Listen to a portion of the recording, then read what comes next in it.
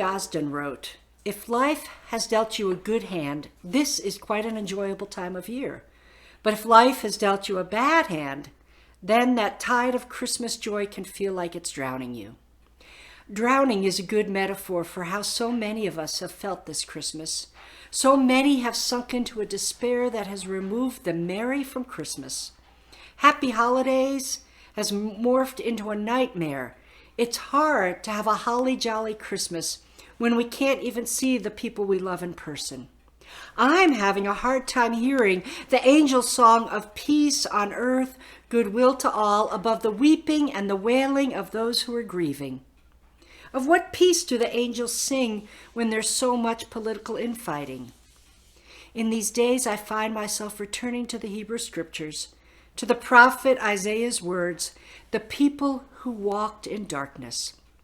And I realize that he's talking more than the darkness of winter, but a dark night of the soul that's filled with feelings of paralyzing hopelessness with no escape.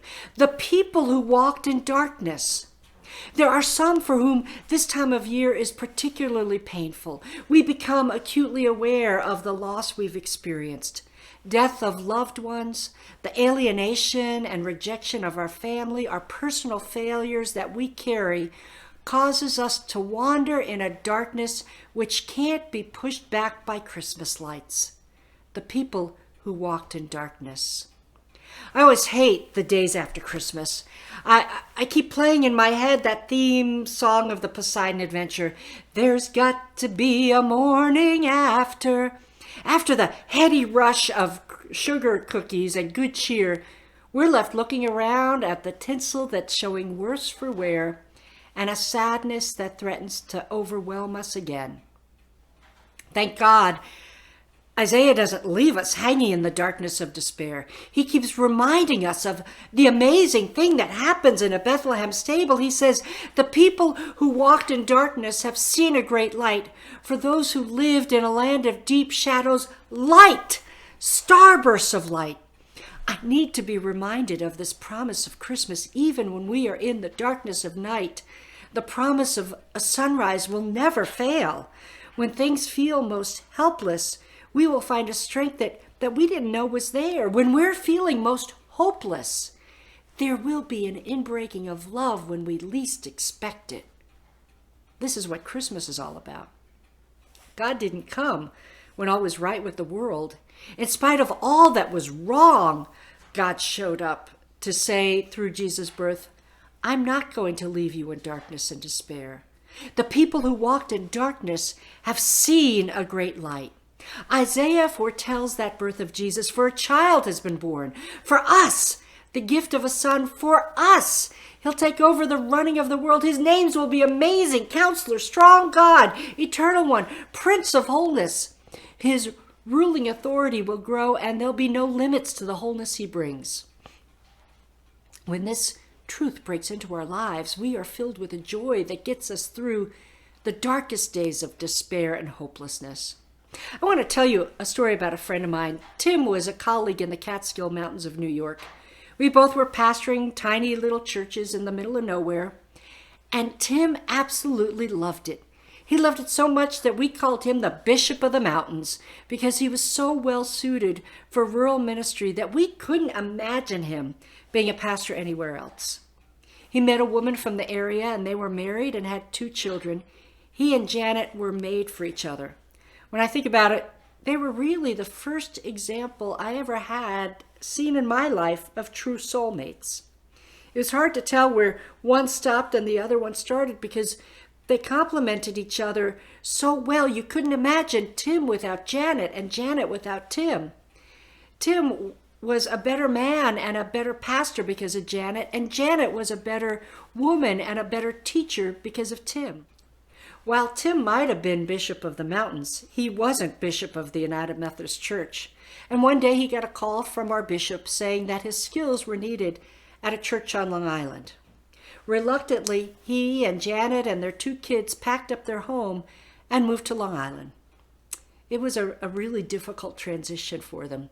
Janet was really unhappy being away from the mountains, from the home that she knew. But being such a strong couple, they worked through the pain of such a difficult transition. One day, Janet was leaving the church parking lot. Their 2 kids were in the back seat of the car.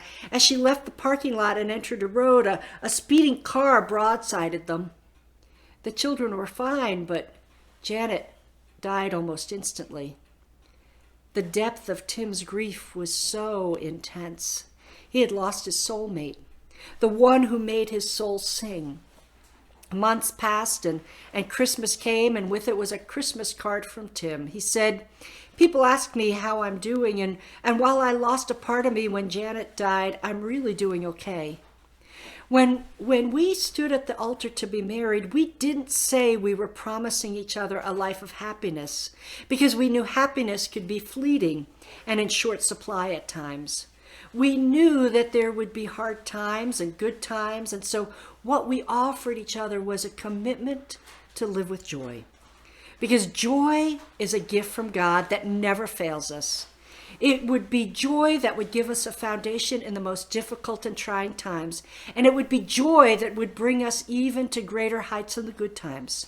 So in the midst of my grief, I've maintained the vow to live with joy, and it has been joy which has held me up in the season of Christmas.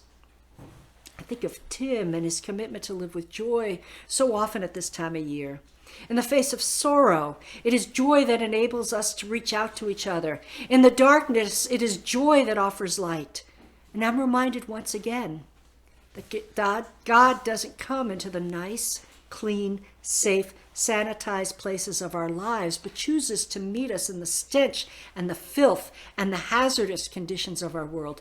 Came into the world as we come, as vulnerable as a baby, to love and be loved, to offer us a wholeness that we can't even imagine. So seize joy this Christmas season and as we enter into a new year. Cling to it as if your life depends on it, because it does. When the world feels overwhelming, remember, we are the people who walked in darkness, who will see a great light. We will see the stars shining in the sky. We will hear angel voices singing their songs of peace on earth. And we will experience the birth of love into our lives and into our world again and again and again, not just on Christmas, but every day. So joy to the world, my friends. Joy to your life. Joy to your church. Joy to your neighborhood. Joy to your community. Joy to our nation. Joy to the world.